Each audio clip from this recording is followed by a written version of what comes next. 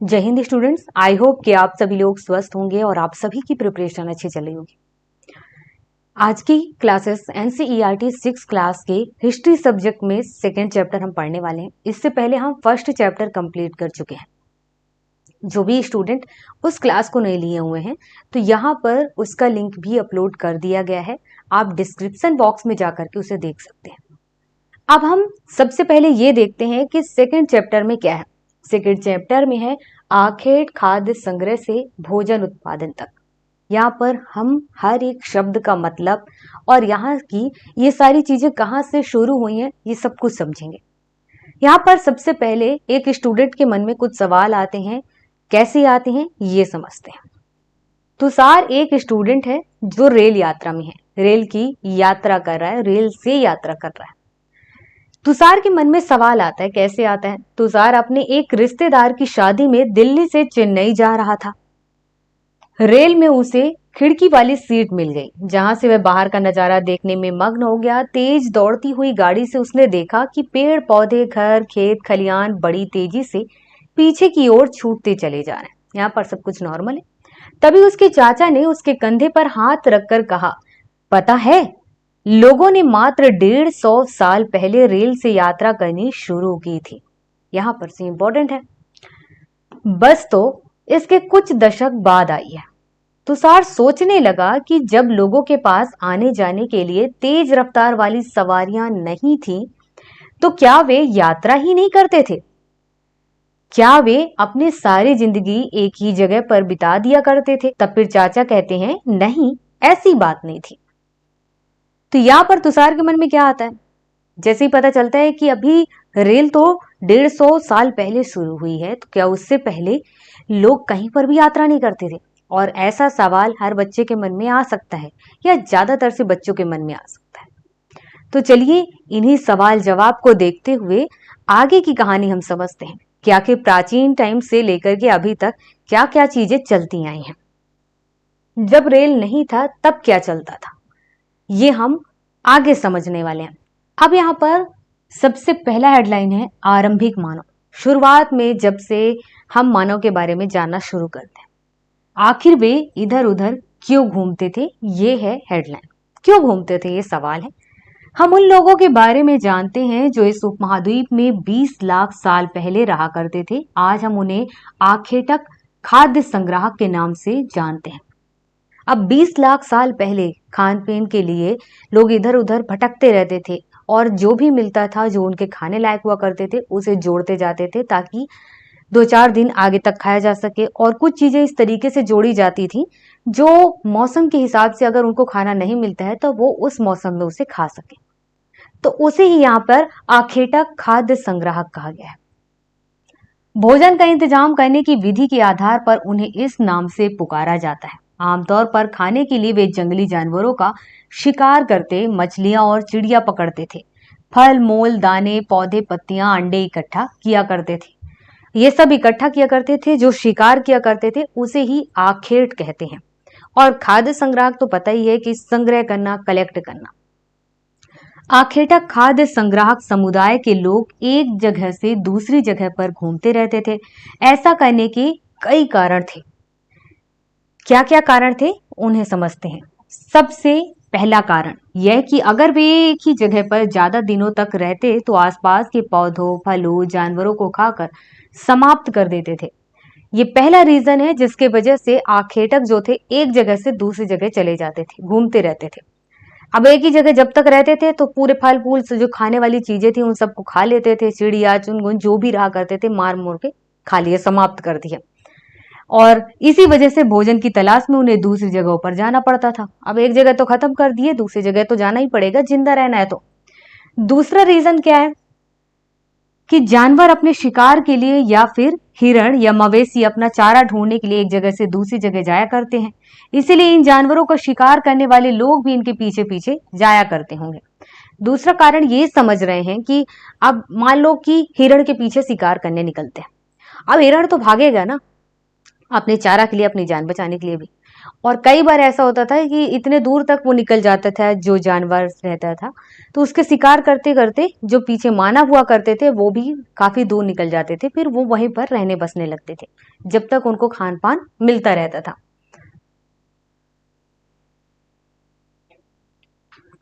इसके बाद है तीसरा कारण, यह कि पेड़ों और पौधों में फल फूल अलग अलग मौसम में आते हैं, इसलिए लोग उनकी तलाश में उपयुक्त मौसम के अनुसार अन्य इलाकों में घूमते होंगे।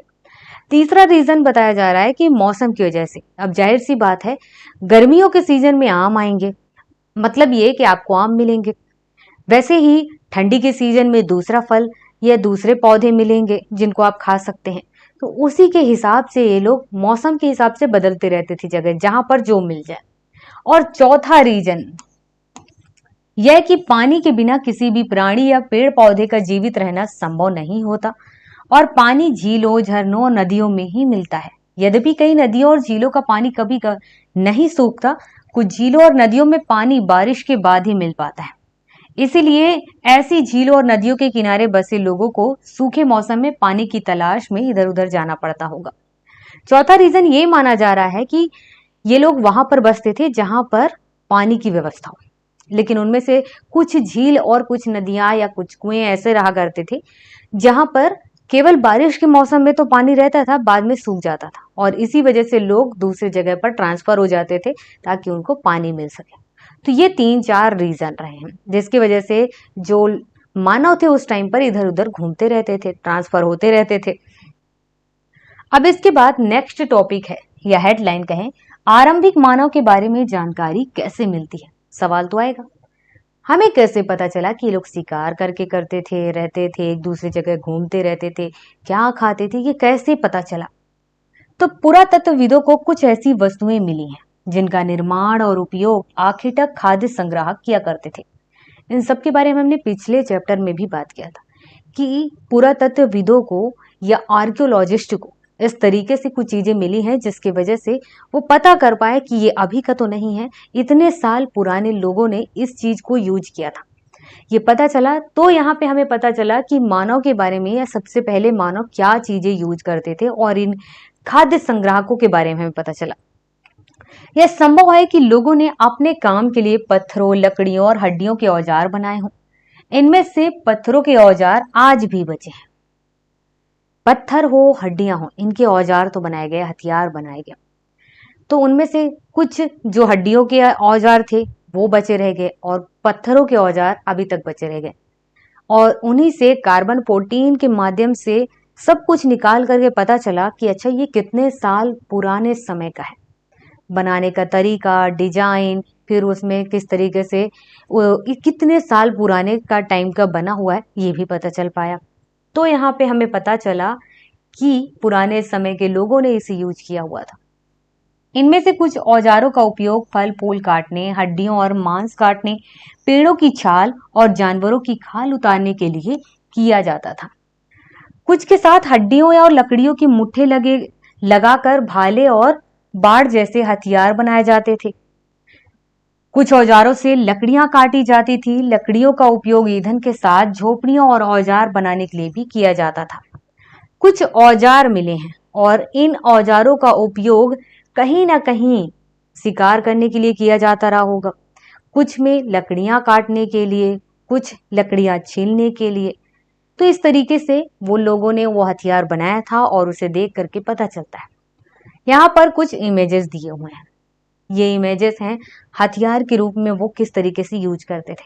ये जैसे कि देख रहे हैं, ये है।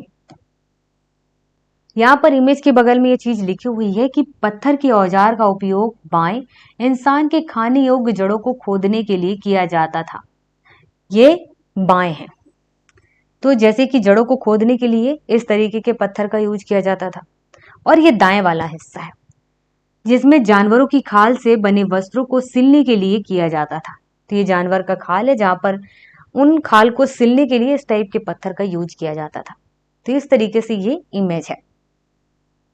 इमेज के माध्यम से आप ये समझ पाते हैं, ये जान पाते हैं कि आखिर वो चीजें कैसी थी। ये जो इमेज बना हुआ है, ये पत्थर हैं, ये अपने मन से नहीं बनाए गए हैं, बल्कि ये मिले हुए हैं, वही चीजें यहाँ पर उकेरी गई हैं। अब है नेक्स्ट, रहने की जगह निर्धारित करना।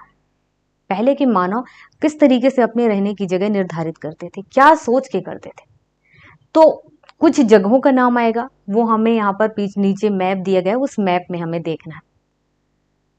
लाल त्रिकोण वाले स्थान वे पुरा स्थल हैं जहां पर आखेट खाद्य संग्राहकों के होने के प्रमाण मिले। इसका मतलब ये है कि हमें मैप में जाना होगा। ये देखिए, ये है मैप। मैप में कुछ चीजें नीली रंग में दिए हुए हैं, कुछ पीले, कुछ लाल में।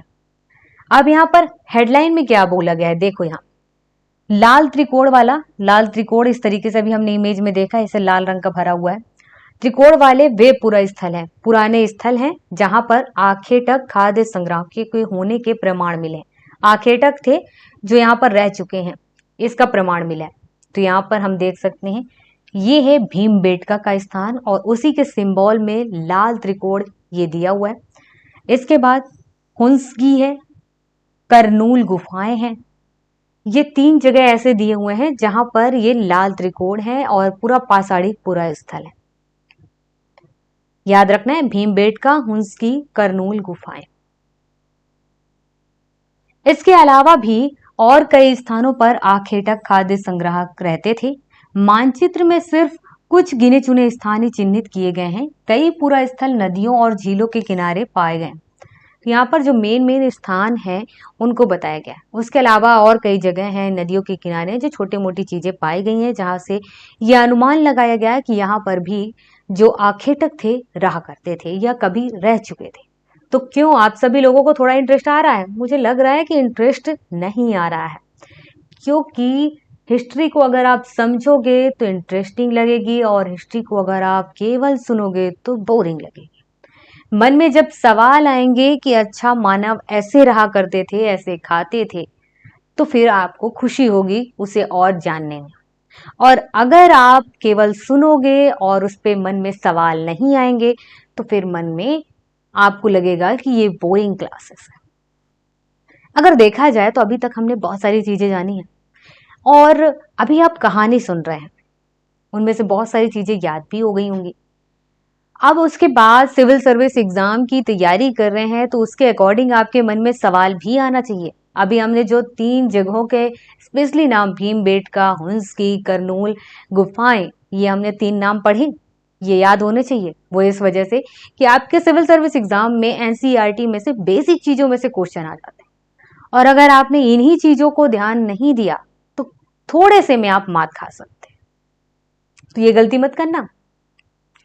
चूंकि पत्थर के उपकरण बहुत महत्वपूर्ण थे, इसलिए लोग ऐसी जगह ढूंढते रहते थे जहां अच्छे पत्थर मिल सके। पत्थर ज्यादातर से नदियों के आसपास ही मिलते हैं, नदियां, झील के आसपास, तो जाहिर सी बात है लोग पत्थर वहीं पर ढूंढे होंगे। ये कुछ शैल चित्र कला है। इनसे हमें क्या पता चलता है? इनको देख के ऐसा लगता है कि कोई इंसान है जो किसी जानवर के पीछे भाग रहा है। इसमें भी चित्र के बारे में लिखा हुआ है कि जिन गुफाओं में लोग रहते थे उनमें से कुछ की दीवारों पर चित्र मिले हैं। इनमें कुछ सुंदर उदाहरण मध्य प्रदेश, दक्षिणी उत्तर प्रदेश की गुफाओं से मिले चित्र हैं। इनमें जंगली जानवरों का बड़ी कुशलता से सजीव चित्रण किया गया। तो जो कुछ गुफाएं मिले हुए हैं मध्य प्रदेश और उत्तर प्रदेश में, उन्हीं में से एक चित्र यहाँ पर उठा दिया गया है। यहाँ पर बगल में भी कुछ चीजें लिखी हुई हैं कि भीमबेटका जो अब मध्य प्रदेश में, आज के मध्य प्रदेश में, इस पूरा स्थल पर गुफाएं व कंदराएं मिली हैं। लोग इन गुफाओं में इसलिए रहते थे क्योंकि यहाँ उन्हें बारिश, धूप और हवाओं से राहत मिलती थी। ये उसके गुण थे।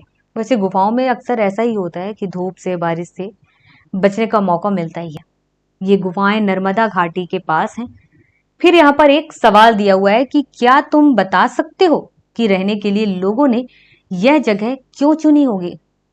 जनरली तो अनुमान लगा लिया गया है कि बारिश से बचने के लिए, धूप से बचने के लिए और खतरनाक जानवरों से बचने के लिए लोगों ने गुफाएं चुनी होंगी।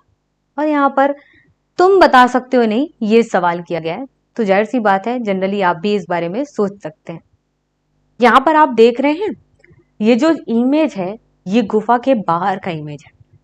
इसके बाद पूरा स्थल क्या होता है, यहाँ पर सवाल किए है।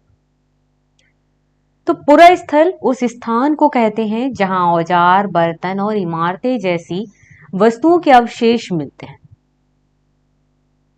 ऐसी वस्तुओं का निर्माण लोगों ने अपने काम के लिए किया था और बाद में उन्हें वहीं छोड़ गए। ये जमीन के ऊपर, अंदर, कभी कभी समुद्र और नदी के तल में भी पाए जाते हैं। इन पुरास्थलों के बारे में आपको अलग अध्याय में बताया जाएगा, यहाँ पर ये बता दिए। लेकिन पुरास्थल क्या होता है? पहले के लोग क्या करते थे कि कुछ जगहों पर जहां पर हथियार यूज किए वहीं पर छोड़ दिए। घर बनाने के लिए हथियार यूज किए थे, लकड़ी जलाने के लिए यूज किए थे, बर्तन बनाने के लिए किए थे, जो भी बनाए वो वहीं पर छोड़ दिए। कुछ मिट्टी के अंदर दब गए, कुछ पानी से बह करके समुद्र में पहुंच गए, तो किसी न किसी रीजन से अलग अलग जगहों पर वो दब करके रह गए, जो आज हमें मिलते हैं, और उन्हीं जगहों को हम यहाँ पर पुरास्थल कह रहे हैं। नेक्स्ट हेडलाइन है आग की खोज। ये चीज हम सेकेंड मानचित्र में फिर से देखेंगे, जहां पर बोला है करनूल गुफा ढूंढो। तो आपको ने देखा होगा दक्षिण की ओर हमने करनूल गुफा के बारे में पढ़ा। वह करनूल गुफा, यहाँ राख के अवशेष मिले हैं उस करनूल गुफा में। इसका मतलब यह है कि आरंभिक लोग आग जलाना सीख गए थे। जिस टाइम के बारे में हम बात कर रहे हैं उस टाइम पर राख के बारे में भी हमें पता चला, और राख से पता चलता है कि लोग आग के बारे में जानकारी रखने लगे थे। आग का इस्तेमाल कई कार्यों के लिए किया गया होगा, जैसे कि प्रकाश के लिए, मांस भूनने के लिए, खतरनाक जानवरों को दूर रखने के लिए और भगाने के लिए। यहाँ पर आदि लिख दिया गया है, मतलब कि और भी काम कर सकते थे।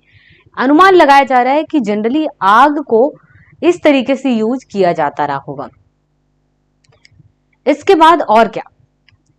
तो नाम और तिथियां। फिर यहाँ पर कुछ जरूरी चीजें जिनको आपको फोकस करना है। पूरा स्थल क्या होता है वो बता दिया। अब यहाँ पर नाम और तिथियां, हम जिस काल के बारे में पढ़ रहे हैं, पुरातत्वविदों ने उनके बड़े बड़े नाम रखे हैं। आरंभिक काल की वे पूरा पाषाण काल कहते हैं। यह दो शब्द पूरा यानी प्राचीन और पाषाण यानी पत्थर से बना है। पूरा पाषाण का मतलब है यहाँ पर कि प्राचीन पत्थर, वो वाला समय। यह नाम पूरा स्थलों से प्राप्त पत्थर के औजारों के महत्व को बताता है। पुराने टाइम पर जो पत्थर मिले थे उसका महत्व बताता है।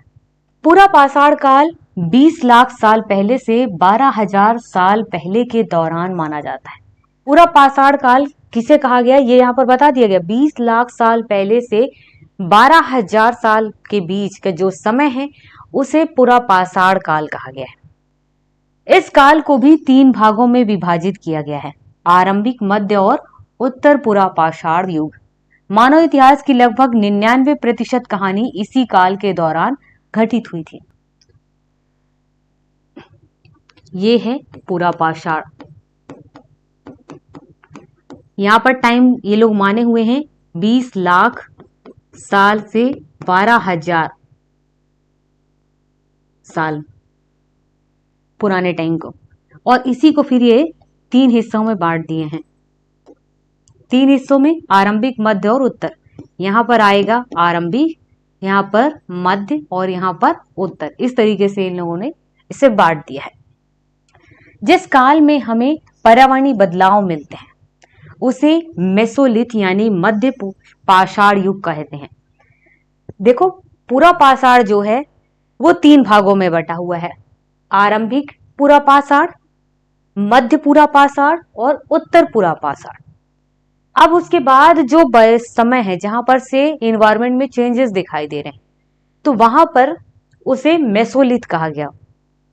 मेसोलिथ का मतलब मध्य पाषाण युग। मध्य पाषाण युग और मध्य पूरा पाषाण युग में अंतर है। ये पूरा पाषाण से रिलेट करता है और ये मध्य पाषाण से। इस काल के पाषाण और औजार आमतौर पर बहुत छोटे होते थे। ये भी जान लीजिए कि मध्य पाषाण के टाइम में जो औजार मिले वो छोटे थे। इन्हें माइक्रोलिथ यानी लघु पाषाण कहा जाता है। प्राय इन औजारों में हड्डियों या लकड़ियों के मुट्ठे लगे हसिया, आरी और औजार मिलते हैं। मतलब हसिया और आरी जैसे जो औजार थे वो मिले हुए हैं मध्य पाषाण में। और इसे जो पत्थर यूज किए गए थे बड़े छोटे छोटे यूज किए गए थे, हथियार भी बड़े छोटे छोटे बने हुए थे, इसी वजह से इसे लघु पाषाण भी कहा जाता है। साथ साथ पूरा पाषाण युग वाले औजार भी इस दौरान बनाए जाते रहे हैं। मतलब ये कि पूरा पाषाण वाले जो औजार थे वो तो बनते ही बनते थे, मध्य पाषाण वाले औजारों की मात्रा भी ज्यादातर से रही है। तब पता कर पाते कि अच्छा ये मध्य पाषाण का है। अगले युग की शुरुआत लगभग 10,000 साल पहले से होती है। इसे नव पाषाण युग कहा जाता है। सबसे पहले आता है पुरा पाषाण, दूसरे पे आता है मध्य पाषाण, तीसरे पे आता है नव पाषाण। टाइम की बात करें तो पुरा पाषाण 20 लाख साल से 12,000 साल, मध्य पाषाण 12,000 से 10,000 साल, इन दोनों के बीच के समय। नव पाषाण 10,000 के बाद जो समय आया है उसमें नव पाषाण युग। नेक्स्ट है बदलती जलवायु। लगभग 12,000 साल पहले दुनिया की जलवायु में बड़े बदलाव आए। 12,000 साल पहले की बात चल रही है, मतलब कि जब पूरा पाषाण स्थल खत्म हो रहा था, पर्यावरण में चेंजेस हो रहे थे, जलवायु में चेंजेस हुए, गर्मी बढ़ने लगी। इसके परिणाम स्वरूप कई क्षेत्रों में घास वाले मैदान बनने लगे। गर्मियां बढ़ने की वजह से घास वाले मैदान बनने लगे। इससे हिरण, बारहसिंगा, भेड़, बकरी और गाय जैसी उन जानवरों की संख्या बढ़ी जो घास खाकर जिंदा रह सकते थे। जो लोग इन जानवरों का शिकार करते थे वे भी इनके पीछे आए और इनके खाने पीने की आदतों और प्रजनन के समय की जानकारी हासिल करने लगे। हो सकता है कि तब लोग इन जानवरों को पकड़कर अपनी जरूरतों के अनुसार पालने की बात सोचने लगे हों। साथ ही इस काल में मछली भी भोजन का महत्वपूर्ण स्रोत बन गई। जलवायु में जैसे जैसे चेंजेस हुए वैसे ही जानवर भी बदलते गए, क्योंकि परिस्थितियों के हिसाब से जानवरों की संख्या बढ़ी। और वही यहाँ पर अनुमान लगाया जा रहा है कि हो सकता है कि ऐसा हो वैसा हो। अब देखना है खेती और पशुपालन की शुरुआत किस तरीके से होती है, क्या क्या यहाँ पर सोचते विचारते हैं इसके बारे में। कहा गया है कि खेती और पशुपालन की शुरुआत इसी दौरान उपमहाद्वीप के भिन्न भिन्न इलाकों में गेहूं, जौ और धान जैसे अनाज प्राकृतिक रूप से उगने लगे थे। जिस समय की हम बात कर रहे हैं, लगभग 12,000 साल के बाद का जो समय है, जब पर गर्मी बढ़ी है, उसी टाइम पर गेहूं, जौ, धान जैसे जो अनाज थे वो नेचुरली उगने लगे थे। शायद महिलाओं और पुरुषों और बच्चों ने इन अनाज को भोजन के लिए बटोरना शुरू कर दिया होगा। ये सब कुछ अनुमान लगा रहे हैं। साथ ही वे यह भी सीखने लगे होंगे कि यह अनाज कहाँ उगते थे और कब पककर तैयार होते थे। ऐसा करते करते लोगों ने इन अनाज को खुद पैदा करना सीख लिया होगा। इस प्रकार धीरे धीरे वे कृषक बन गए होंगे। ये तो नेचुरल चीज है, इसमें क्या ही समझाना, ये आपको तो ऐसे ही पता चल गया। इसी तरह लोगों ने अपने घरों के आसपास चारा रखकर जानवरों को आकर्षित कर उन्हें पालतू बनाया होगा। कुछ जानवर है जो पालतू बनाए गए, जैसे कि गाय है, बकरी है, भेड़ है। तो जाहिर सी बात है कुछ घास अपने घरों के आसपास हो सकता है कि इंसानों ने रख दिया हो, फिर उसे आकर खाते रहे हों। रोजाना ऐसे करते हो धीरे धीरे वो पालतू बन गए हों। सबसे पहले जिस जंगली जानवर को पालतू बनाया गया वह कुत्ते का जंगली पूर्वज था। अनुमान लगाया जा रहा है कि कुत्ता रहा होगा। धीरे धीरे लोग भेड़, बकरी, गाय, सुअर जैसे जानवरों को अपने घरों के नजदीक आने को उत्साहित करने लगे। ऐसे जानवर झुंड में रहते थे और ज्यादातर घास खाते थे। अक्सर लोग अन्य जंगली जानवरों के आक्रमण से इनकी सुरक्षा किया करते थे और इस तरह धीरे धीरे वे पशुपालक बन गए होंगे। अनुमान लगाया जा रहा है कि किस तरीके से पशुपालक वो बने। पहले हो सकता है कि कुत्ता पाले अपनी सुरक्षा के लिए। कुत्ता जब पाल लिया तो भेड़, बकरी, गाय इनको पालना शुरू किया, फिर इनकी सुरक्षा करना शुरू कर दी और यहीं से वो पशुपालक बने। इसके बाद यहाँ पर घरेलूकरण की प्रक्रिया के बारे में कहा गया है। देखते हैं यहाँ पर क्या है, क्या इंफॉर्मेशन है जो सिविल सर्विस एग्जाम के अकॉर्डिंग यहाँ पर इंपॉर्टेंट होगा। लोगों द्वारा पौधे उगाने और जानवरों की देखभाल करने को घरेलूकरण की प्रक्रिया का नाम दिया गया। जो लोग पौधे उगाते थे, जानवरों की देखभाल करते थे, उन्हें घरेलूकरण की प्रक्रिया का नाम अपनाए गए। ये पौधे तथा जानवर अक्सर जंगली पौधों तथा जानवरों से भिन्न होते थे हैं। इसकी वजह यह है कि इस प्रक्रिया के तहत अपनाए गए पौधों और जानवरों को लोग चयन करते हैं। उदाहरण के तौर पर लोग उन्हीं पौधों और जानवरों का चयन करते हैं जिनके बीमार होने की संभावना कम हो। वे पौधे जिनकी बीमार होने की संभावना कम थी, लोग अक्सर उन्हीं को चुनते थे और उसी को अपने आसपास लगाते थे, देख रेख करते थे। घरेलू प्रक्रिया में उसे अपनाया गया। यही नहीं, लोग उन्हीं पौधों को चुनते हैं जिनसे बड़े दाने वाले अनाज पैदा होते हैं, साथ ही जिनकी मजबूत डंठलें अनाज के पके दानों के भार को संभाल सकें। ऐसे पौधों के बीजों को संभाल कर रखा जाता है। जैसे कि अभी अगर हम गेहूं और धान के बारे में सोचें तो कहीं ना कहीं इंसानों ने सोचा होगा कि ये ऐसा पौधा है जो इतना सारा गेहूं अपने पौधे में संभाल लेता है, ये मजबूत भी है, इसे रखा जा सकता है, और यही सोच कर हो सकता है इनके बीजों को बचाया गया। और जो आज हम खाते हैं ऐसा चलता रहा, वही सोच करके कुछ चीजों को ये लोग रखते गए और जो आज हम जिसे खाते जा रहे हैं, ताकि फिर से उगाने के लिए उनके गुण सुरक्षित रह सकें। जैसे कि कुछ चीजें हैं जिनको छिलकों में बने रहना जरूरी है, जैसे कि धान। धान तभी उग सकता है जब वो अपने छिलके में रहे, चावल बन करके वो नहीं उग सकता। गेहूं जब उसका बीज सही रहेगा तभी जमेगा। चना जब उसका बीज सही होगा तभी जमेगा, फूट जाने पर ये नहीं जम सकता है। तो ऐसे कई सारे बीज होते हैं। तो देखते हैं कि जो अपने बीज को बनाए रखे, जो अपने आप को बनाए रखे, ऐसे कौन कौन से बीज है। तो हो सकता है कि उस टाइम जो इंसान थे वो इतना सोच रखते रहे हों कि हम उन्हीं बीजों को रखेंगे जो सुरक्षित रह सके एक लंबे समय तक, मतलब अगले मौसम में जब तक ये उगेंगे तब तक सुरक्षित रहें, हम इसे बचा के रख पाए और इनमें जो कीड़े मकोड़े हैं कम लगे, कि सब विचार करने के बाद रखे गए होंगे। उन्हीं जानवरों को आगे प्रजनन के लिए चुना जाता है जो आमतौर पर अहिंसक होते हैं, और वो जानवर को ये लोग चुने होंगे जो लोग ज्यादा लड़ाई झगड़े नहीं करते हो, जो घास फूस खा करके रहते रहे हों, तो उसी को ये लोग पालते रहे हों। इसीलिए हम देखते हैं कि पाले गए जानवर, कृषि के लिए अपनाए गए पौधे, जंगली जानवर पौधों से धीरे धीरे भिन्न होते गए। मिसाल के तौर पर जंगली जानवरों की तुलना में पालतू जानवरों के दांत और सींग छोटे होते हैं। सोच विचार रहे हैं कि एक तो ऐसे जानवरों को ये लोग रखते थे जो जानवर घास फूस खा करके रहते रहे हों या अनाज खा करके रह लेते हों, ज्यादातर से ये लोग शिकार ना करते हो, ऐसे जानवरों को पाले हों, और धीरे धीरे करके उनको खेती में भी लगा दिया गया। कितना दिमाग चलाए थे वहां पर लोग, ऐसा हम सोच रहे हैं। अब वो लोग क्या दिमाग चलाएं हमें क्या पता, पर हम अनुमान लगा करके सोच रहे हैं कि हो सकता है कि ये लोग ऐसा किए हों। यहाँ पर देख सकते हो, यहाँ पर ये दांत है, यहाँ पर जो दो दांत दिखाए गए हैं ये ऐसे जानवर के हैं जिनमें पालतू जानवर भी है और जंगली जानवर भी है। यहाँ पर आप अंतर देखना, जैसे बताया गया कि जो पालतू जानवर थे तो उनके दांत छोटे थे, और जो शिकारी वाले जानवर थे, जंगली जानवर थे, उनके दांत बड़े हुआ करते थे। बोला है कि इन दांतों को देखो, इनमें कौन सा जंगली सुअर का है और कौन पालतू सुअर का। तो यहाँ पर ये बात तो लिखी दी गई है कि जो छोटे हैं ये पालतू सुअर के हैं और जो ये बड़े दांत है ये जंगली सुअर के हैं। यह प्रक्रिया पूरी दुनिया में धीरे धीरे चलती रही, करीब 12,000 साल पहले शुरू हुई। वास्तव में आज हम जो भोजन करते हैं वो इसी प्रक्रिया की वजह से है।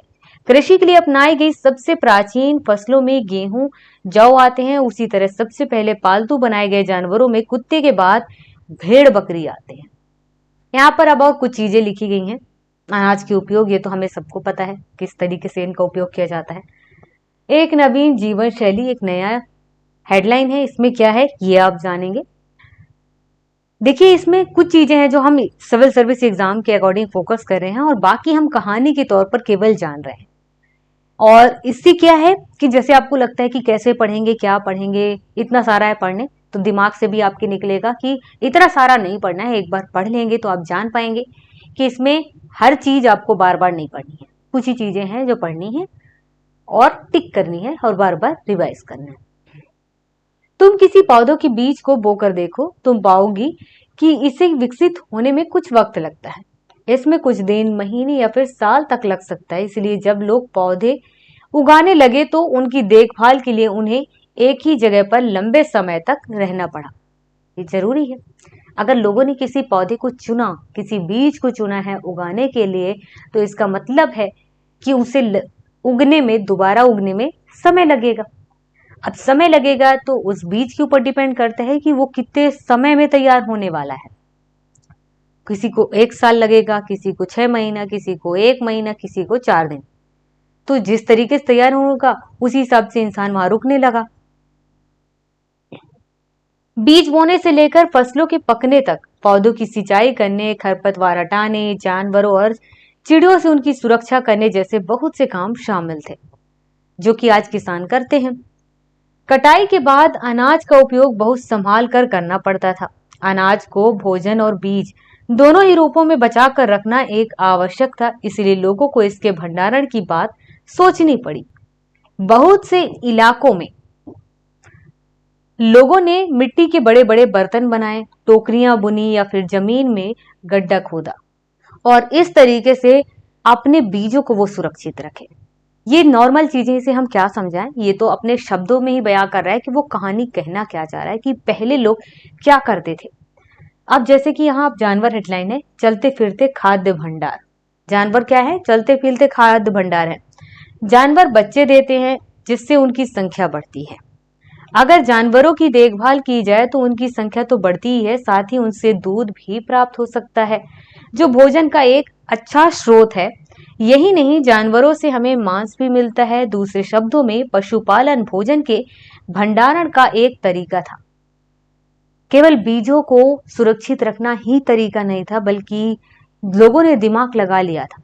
लोगों को ये पता चल गया था कि कुछ जानवर को पालते हैं, वो खाने में भी यूज होंगे, और कुछ जानवर ऐसे हैं जिनसे हमें अनडायरेक्टली भोजन मिलेगा, जैसे कि दूध मिल जाएगा। दूध के कई अलग अलग तरीके से हम यूज कर सकते हैं। इसके बाद नेक्स्ट हेडलाइन है, आओ आरंभिक कृषकों और पशुपालकों के बारे में पता करें। मानचित्र सेकंड, ये हमें देखना है, जिसमें कहा है कि क्या तुम्हें कई नीले वर्ग दिख रहे हैं? पता है इनमें से प्रत्येक बिंदु उस जगह को दर्शाता है जहां पुरातत्वविदों को शुरुआती कृषकों और पशुपालकों के होने के साक्ष्य मिले हैं। तो चलिए, हम नीले वाले को तो नहीं देखे थे, अब हम नीले चीजों को देखते हैं कि कहां कहां पर स्टार्ट में आर्कियोलॉजिस्ट ने ढूंढा था कि यहाँ पर कृषक ने क्या क्या किया।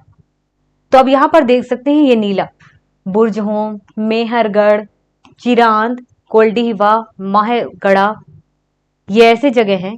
हल्लूर, पयमपल्ली, यहाँ दाओजली, हेंडिंग, ये ऐसे स्थान है जहां पर स्टार्ट में जो कृषक रहे हैं, किस तरीके से कृषि की है, इनके साक्ष्य मिले हुए हैं। ये पूरे उपमहाद्वीप में पाए गए हैं। इनमें सबसे महत्वपूर्ण पश्चिमोत्तर क्षेत्र में, आधुनिक कश्मीर में और पूर्वी तथा दक्षिण भारत में पाए गए। हम उनके बारे में आगे बात कर लिए। वास्तव में निर्दिष्ट स्थान कृषकों और पशुपालकों की बस्तियां थीं या नहीं, इसे जांचने के लिए वैज्ञानिक खुदाई में मिले पौधों और पशुओं की हड्डियों के नमूने का अध्ययन करते हैं। यहाँ पर सोचा गया कि जरूरी तो नहीं है कि इसका कृषकों ने ही यूज किया हो, लोगों ने अपने रहन सहन में यूज किया हो। तो जो चीजें मिली हैं तो उसको बहुत बारीकी से देखा गया और फिर ये बात कही गई कि अच्छा, ये लोगों ने इसे यूज किया था। इनमें से सबसे रोचक जले हुए अनाज के दानों के अवशेष हैं। ऐसा लगता है कि ये गलती से या फिर जानबूझकर जलाए गए होंगे। वैज्ञानिक इन अनाज के दानों की पहचान कर सकते हैं। इस तरह हमें पता चलता है कि इस उपमहाद्वीप के विभिन्न भागों में बहुत सारी फसलें उगाई जाती रही होंगी। वैज्ञानिक विभिन्न जानवरों की हड्डियों की भी पहचान कर सकते हैं। जो जो हड्डियां मिलती गई उनको पहचानते गए हैं। अभी उम्मीद है कि और भी बहुत सारी चीजें मिलेंगी और भी हमें नई नई चीजों के बारे में पता चलेगा। इसके बाद नेक्स्ट टॉपिक है, वो है स्थायी जीवन की ओर। आखिर पहले के जो मानव थे, इधर उधर भागते रहे अपने खाने पीने रहने के लिए, छुप छुप करके मौसम के हिसाब से अपनी जगह बदलते रहे, तो आखिर वो स्थायी जीवन की तरफ कैसे बढ़े? वैसे तो हमने देखा कि जिस तरीके से अनाज लिए, पशुपालक बने, तो थोड़ी स्थायित्वपन उनमें आ गई। पुरातत्वविदों को कुछ पुरा स्थलों पर झोपड़ियों और घरों के निशान भी मिले हुए हैं, जैसे कि बुर्जहोम कश्मीर में है वर्तमान में, के लोग गड्ढे के नीचे घर बनाते थे, एक गड्ढा करते थे, उसमें घर बनाते थे। ये बुर्जहोम में ऐसा घर पाया गया है। ये चीज आप याद रखना, सिविल सर्विस एग्जाम में भी इस तरीके के सवाल आते हैं। आपको 2-3 स्टेटमेंट दे देगा, बता देगा कि बताइए इनमें से क्या सही है और क्या गलत है। जिन्हें गर्तवास कहा जाता है। जमीन के अंदर बुर्जहोम में ये जगह मिला, जमीन के अंदर गड्ढा किए, उस पे घर बना हुआ था और उसे गर्तवास कहा जाता है। इनमें उतरने के लिए सीढ़ियां होती थी, इससे उन्हें ठंड के मौसम में सुरक्षा मिलती होगी। दिमाग में ये इमेज तो बन रहा होगा, गड्ढा खोदा हुआ, घर बना हुआ, सीढ़ियां बनी हुई, सोचते हो कि ठंड है तो ठंड से बचने के लिए लोग इसमें रहते थे। पुरातत्वविदों को झोपड़ियों के अंदर और बाहर दोनों ही स्थानों पर आग जलाने की जगह मिली। अब जो जगह मिली हुई है, देखे कि अंदर गड्ढे के अंदर जो घर बना हुआ है उसके अंदर भी आग जलाने की जगह बनी हुई है, और गड्ढे के बाहर जो जगह है उस पे भी आग जलाने की जगह। मतलब ये ठंड से बचने के लिए इतनी व्यवस्थाएं हैं। ऐसा लगता है कि लोग मौसम के अनुसार घर के अंदर या बाहर खाना पकाते होंगे, ठंडे से बचने के साथ साथ खाना पकाने के लिए भी, जैसे हम लोग आज करते हैं। देखोगे आज भी गांव में जाओगे ना, तो ठंडी का मौसम होगा तो लोग अंदर खाना बनाएंगे बढ़िया, ठंड से बचने के लिए आग भी जलती रहे। और जैसी गर्मी आती है, गर्मी से बचने के लिए बाहर खाना बनाते हैं, बाहर आग जलाते हैं। बहुत सारी जगहों से पत्थर के औजार भी मिले हैं। इनमें से कई ऐसे हैं जो पूरा पाषाण युगीन उपकरणों से भिन्न है, इसलिए इन्हें नव पाषाण युग माना गया। जो पूरा पाषाण युग 20 लाख से लेकर के 12,000 साल के बीच का टाइम था, उस टाइम के जो औजार मिले, और कुछ औजार ऐसे मिले जो मध्य पाषाण युग से भी नहीं मिलता था, कुछ नया टाइप का था, तो उसे ही नव पाषाण युग यहाँ पर कहा गया है। इनमें वे औजार भी हैं जिनकी धार को अधिक पैना करने के लिए उन पर पॉलिश चढ़ाई जाती थी। ध्यान रखना, नव पाषाण युग की यहाँ बात की गई है, तो नव पाषाण युग में जो हथियार मिले उनमें पॉलिश चढ़ाई गई है, ज्यादा धार करने के लिए भी उसे यूज किया गया है, या ज्यादा धार उसमें मिली हुई है। तो ये क्वालिटी है हथियारों की पहचान के लिए। ये भी आपको एग्जाम के बेस पर याद रखना है। यही चीजें हैं जो याद रखने के लिए लोग टिक कर लेते हैं। ओखली और मूसल का प्रयोग अनाज तथा वनस्पतियों से प्राप्त अन्य चीजों को पीसने के लिए किया जाता था। मतलब ओखली और मूसल भी मिला हुआ है, जो आज की ओखली है वैसे ही कुछ उस टाइम पर भी मिला हुआ था। आज हजारों साल बाद भी ओखली और मूसल का प्रयोग अनाज पीसने के लिए किया जाता है। उसी तरह प्राचीन प्रस्तरयुगीन औजारों का निर्माण और प्रयोग लगातार होता रहा। वही बातें लिखी हुई है जो हम बातें कर रहे हैं। जैसे कि ये देख सकते हैं, इस टाइप के जो पत्थर हैं, कोई ओखली के लिए यूज किया गया है, कोई कुछ चीजों के लिए। कुछ औजार हड्डियों से भी बनाए जाते थे, केवल पत्थरों से नहीं। कुछ चीजें हैं जो हड्डियों से बनाए जाते थे, जैसे कि हाथी दांत को यूज कर लो, कुछ जानवरों की हड्डियां हैं उनको यूज करके। नव पाषाण युग के पूरा स्थलों से कई प्रकार की मिट्टी के बर्तन भी मिले हुए। अब बताओ, पत्थरों से हथियार बनाना जान गए, हड्डियों से हथियार बनाना जान गए, मिट्टी से बर्तन बनाना भी सीख गए। क्या क्या बर्तन रहे हैं, चलिए देखते हैं। कभी कभी इन पर अलंकरण भी किया जाता था, केवल बर्तन नहीं बनाए, उस पर डिजाइन भी रहता था। ध्यान देना, बर्तनों का उपयोग चीजों को रखने के लिए किया जाता था। धीरे धीरे लोग बर्तनों का प्रयोग खाना पकाने के लिए भी करने लगे। चावल, गेहूं, दलहन जैसे अनाज अब आहार का महत्वपूर्ण हिस्सा बन गए। इसके साथ साथ अब लोग कपड़े भी बुनने लगे थे। इसके लिए कपास और आवश्यक पौधे उगाए जा सकते थे।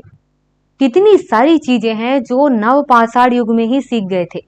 हड़प्पा टाइम को छोड़िए, वो तो 2500 साल के आसपास की बात है, और हम यहाँ बात कर रहे हैं 12,000 10,000 साल के बाद के समय का। कितनी सारी चीजें इंसान ने पहले ही सीख ली थी, और जो अभी तक चलते आ रही हैं, जिसमें हमने थोड़ा सा मॉडर्निटी जोड़ दिए हैं, पर देखे तो है उसी टाइम का।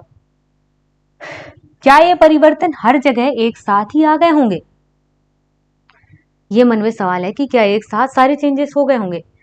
तो यहाँ पर ये भी बोला गया कि ऐसी बात नहीं है। एक तरफ जहाँ कई जगहों पर स्त्री पुरुष शिकार और भोजन संग्रह करने का काम करते रहे थे, वहीं अन्य लोगों ने हजारों साल के दरमियान धीरे धीरे खेती और पशुपालन को अपना लिया।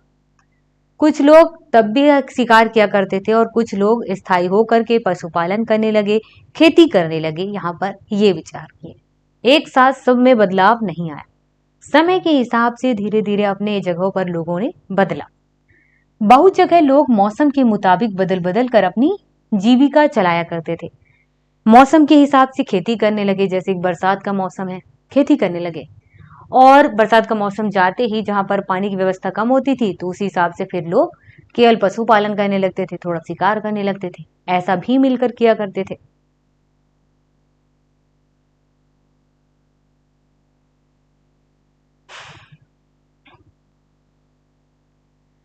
अब एक सूक्ष्म निरीक्षण किया गया, मेहरगढ़ में जीवन मृत्यु। ये मेहरगढ़ में बने हुए कुछ स्थान हैं, घर हैं, जहां पर लिखा हुआ है मेहरगढ़ के घर का चित्र है। ये घर का चित्र है, चौकोन है, ये रूम है, ये रूम है, ये सब रूम है। मेहरगढ़ के घर शायद ऐसे दिखते हों। तुम जिस घर में रहते हो उसके साथ इस घर की क्या समानता है, ये आप लोग भी सोचो। यहाँ पर देखा गया है कि एक घर के बनने के लिए देखो चौकोन चौकोन सा घर है, एक साथ जुड़े हुए हैं और कुछ रास्ते भी हैं। इमेज में क्लियरली नहीं है, लेकिन जब आप डिटेल में पढ़ेंगे मेहरगढ़ में बने हुए घरों के बारे में तो आपको ये जानने का मिलेगा। मानचित्र सेकंड में बताया गया कि मेहरगढ़ ढूंढो। मेहरगढ़ कहाँ पे है ये आपको ढूंढना है। तो चलिए हम मैप में ही दिखा देते हैं। ये है पाकिस्तान वाला एरिया जहां पर ये मेहरगढ़ है। हम बार बार मानचित्र इसलिए देख रहे हैं ताकि आपको याद रहे। बुर्जहोम कश्मीर में है, मेहरगढ़ पाकिस्तान में है, चिरांद उत्तर प्रदेश और बिहार के आसपास है, भीमबेटका मध्य प्रदेश में। ये इन जगहों के बारे में इसलिए नाम ले रहे हैं ताकि आपके दिमाग में वो जगह याद हो जाए। तो जनरली आपके दिमाग में जब आप उसके बारे में पढ़ेंगे तो तुरंत मानचित्र बनेगा और उस मानचित्र में कहाँ पे है ये टिक हो जाएगा। और यही होता है सही तरीके से पढ़ने और याद करने का तरीका। तो हम मेहरगढ़ ढूंढ लिए।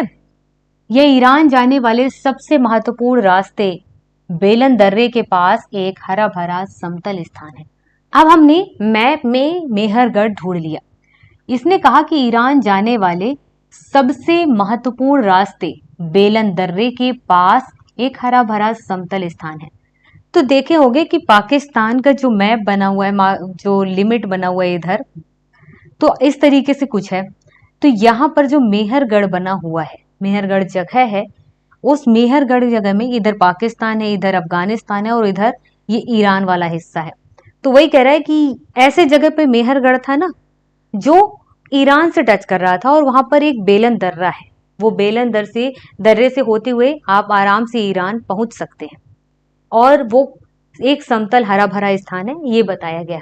ये बेलन दर्रे याद रखने होंगे, आपको याद रखना है किस तरीके से ईरान से संबंधित है ये मेहरगढ़। मेहरगढ़ संभवतः वह स्थान है जहां के स्त्री पुरुषों ने इस इलाके में सबसे पहले जौ गेहूं उगाना और भेड़ बकरी पालना सीखा है। यहाँ विभिन्न प्रकार के जानवरों की हड्डियां मिली। जो मेहरगढ़ है वहां पे कई तरीके के जानवरों की हड्डियां मिली हैं। इनमें हिरण, सूअर जैसे जंगली जानवर, भेड़ बकरियों की हड्डियां मिली हैं। मेहरगढ़ में इसके अलावा चौकोर और आयताकार घरों के अवशेष भी मिले हैं। देखे होंगे ये चौकोर और आयताकार घर हैं, किस तरीके से ये घर हैं। संभवतः भंडारण के काम आते होंगे। प्रत्येक घर में 4 और उससे ज्यादा कमरे हैं जिनमें से कुछ भंडारण के काम आते रहेंगे। जिस तरीके से हमने घर को देखा, तो अगर वहां लोग रहते भी हैं तो हो सकता है कि जिस तरीके से चौकोर बना हुआ है वहां पर वो लोग अनाज रखते हों, भंडारण के काम आता रहा हो वो घर। मृत्यु के बाद सामान्यतः मृतक के सगे संबंधी उसके प्रति सम्मान जताते हैं। लोगों की आस्था है कि मृत्यु के बाद भी जीवन होता है, इसीलिए कब्रों में मृतकों के साथ कुछ सामान भी रखे जाते थे। ये सब कुछ हम अभी जो देख रहे हैं, बात कर रहे हैं, ये मेहरगढ़ के बारे में बात कर रहे हैं। किस तरीके से रहते थे, क्या चीजें मिली हैं, कैसा घर था। घर आयताकार चौकोर था, हो सकता है भंडारण के लिए, खाद्य भंडारण के लिए उसका यूज होता रहा। यहाँ पे जो चीजें मिली उससे पता चला कि जो इंसान थे इस तरीके के विचार रखते थे कि मरने के बाद भी जिंदगी रहती है। और इसी के हिसाब से जो कब्र मिली है उन कब्रों में कुछ सामान मिले हुए हैं। ऐसा सामान जो वो सोच कर रखते थे कि मरने के बाद जो जिंदगी रहेगी इसमें लोग यूज करेंगे। मेहरगढ़ में ऐसी कई कब्रें मिली हैं। एक कब्र में एक मृतक के साथ एक बकरी को भी दफनाया गया था। मरने के बाद जो नई जिंदगी आएगी उसमें हो सकता है कि वो बकरी को पाले और फिर उससे अपना खान पान शुरू करे। हो सकता है लोगों ने ऐसा सोचा रहा हो। इसे परलोक में मृतक के खाने के लिए रखा गया होगा, या फिर ऐसा सोच के रखा गया हो कि जब तुरंत ये जिंदा होगा या दूसरे जीवन में जिएगा मरने के बाद, तो भूख लगेगी तो ये इस बकरी को खा लेंगे। तो जो कब्र मिली उस कब्र में इस तरीके से इधर इंसान, इधर सामान और बकरी इस तरीके से मरी पड़ी मिली, उनकी लाशें मिली, मतलब कि हड्डियां मिली, लाशें क्या मिली। तो लोग ऐसा भी सोचते रहे होंगे, ऐसा सोच करके कब्रें बना करके उसमें ये चीजें मिली हुई हैं।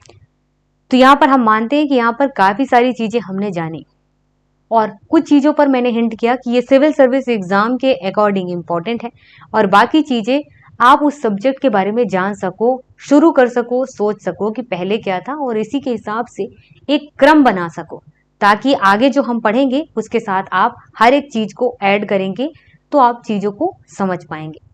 तो आज की क्लास में केवल इतना ही। मिलते हैं नेक्स्ट क्लास में नए चैप्टर के साथ। तब तक के लिए जय हिंद।